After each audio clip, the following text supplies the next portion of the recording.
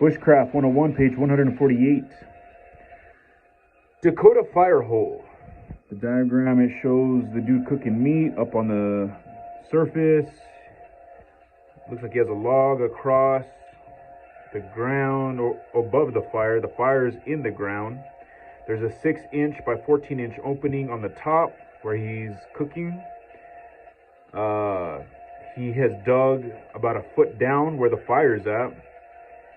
There's about 8 to 10 inches of earth in the middle, and there's a 6 to 8 inch hole on the other side where the air is coming in and feeding the Dakota fire pit.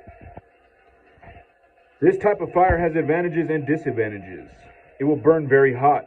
So if you're burning standard material, this method will utilize the material most effectively. However, fuel consumption will also be at a maximum. So if resources are short, this is not a good setup. Keyhole fires. This type of fire is the best for cooking.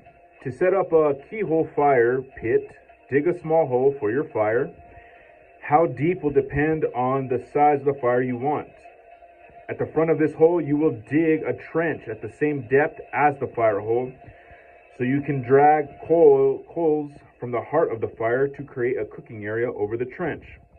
The resulting fire pit resembles the shape of a keyhole. This works particularly well if you are using a pan to cook with, or if you are roasting your food. Page 149. Tips and tricks for your camp.